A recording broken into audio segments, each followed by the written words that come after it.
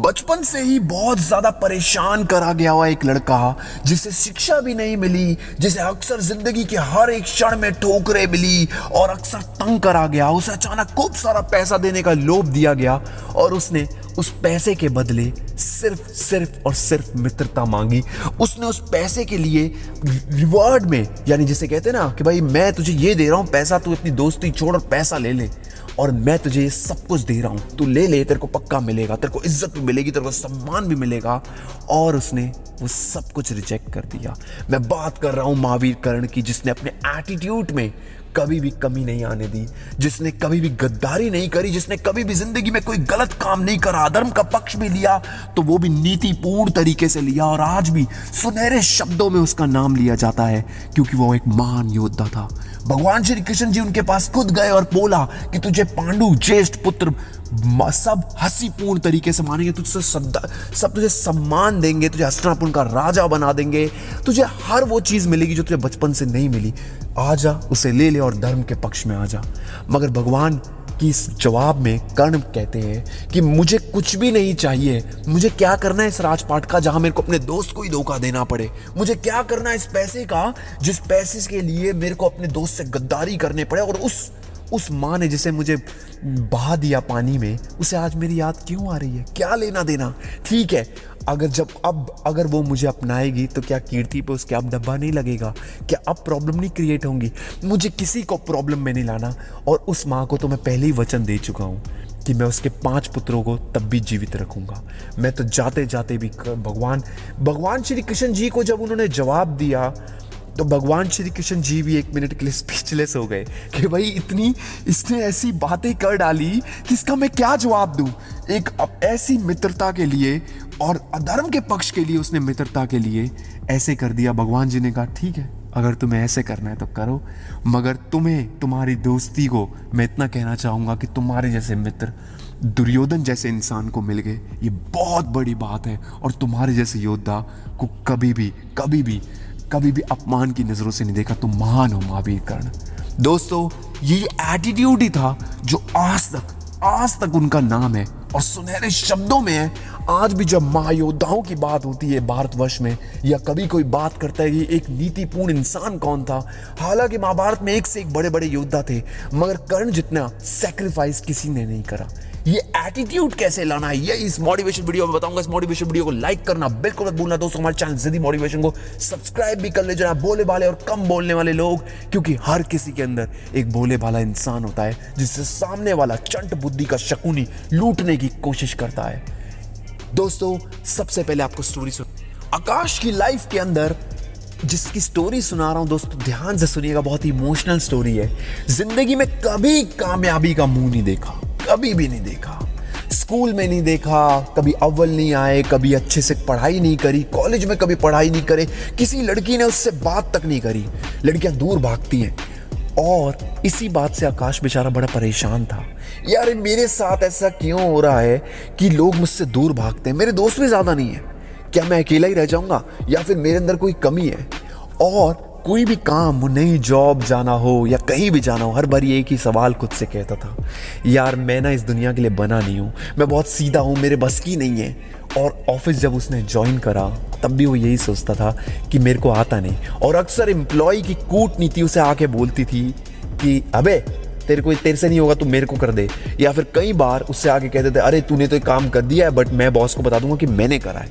और आकाश चुपचाप उनकी इसी बात को मान लेता था, ये सोचकर कि यार मेरे बस की नहीं है ना, मेरे अंदर वो सामर्थ्य नहीं है, मेरे अंदर वो चालाकी नहीं है, मेरे अंदर वो बात नहीं है। और इसी बात को सोच के वो अपने आप में घुट रहा था। कहानी यहाँ तक पहुँच गई कि अब उसे लगने लगा कि इस जीवन को उसे समाप्त कर देना चाहिए। सुसाइड के थॉट्स आने लगने लगा कि मैं क्या करूँ, कैसे अपनी इस प्रॉब्लम से दूर भागूं। एक डॉक्टर के पास गया, डॉक्टर महाशय जी बोले तुझे तो डिप्रेशन हो गया है बेटा, ये दवाई ले ले, 800 रुपये फीस दे दे, और बाहर मेरा केमिस्ट बैठा है उससे दवाई ले ले। कि वो दवाई सिर्फ उसी केमिस्ट पे मिली और उस दवाई पे दवाई ले लीजिए। 1200 रुपए की दवाई और 800 2000 रुपए चपत हो गए 1 मिनट में। 20 दिन की दवाई थी, खाने के बाद भी डिप्रेशन नहीं गया। अब फिर परेशान और परेशान, क्या करूं क्या ना करूं। आकाश को लगने लगा यार ये जिंदगी बहुत डिफिकल्ट है, कोई समझ नहीं आ रहा, कोई मेरे साथ नहीं है, मैं इतना अकेला हूँ।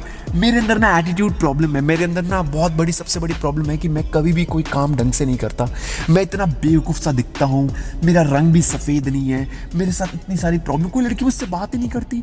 कल मैं एक लड़की से बात कर रहा था यार, वो मेरे को देख के भैया बोल दिया उसने। मतलब क्या कमी है मुझ में, मैं इतना, मतलब मेरे अंदर वो बात नहीं है। घर में मकान मालिक आया किराया लेने, बोला 1 महीने का एडवांस भी दे दे। आकाश बोला अभी आपको दे तो दिया सर, और क्या एडवांस लोगे? वो कहता तू मेरे को एडवांस दे दे तो घर खाली कर दे। आकाश ने उसको उठा के भी एडवांस दे दिया। लोग जब देखते हैं ना कि आप थोड़े से शरीफ हो तो और दबाने की कोशिश करते हैं, और यही आकाश के साथ बहुत ज़्यादा होने लगा। वो उल्टा एडवांस देने लगा लोगों को पैसे, लोग उसे भयंकर तरीके से लूटने लगे। बॉस ने उसकी सैलरी कट कर दी, उससे काम कुत्तों की तरह लेने लगा। अब उसको लगने लगा कि यार अब ना मुझे सुसाइड ही कर लेना चाहिए, मैं इस दुनिया के लिए बना ही नहीं।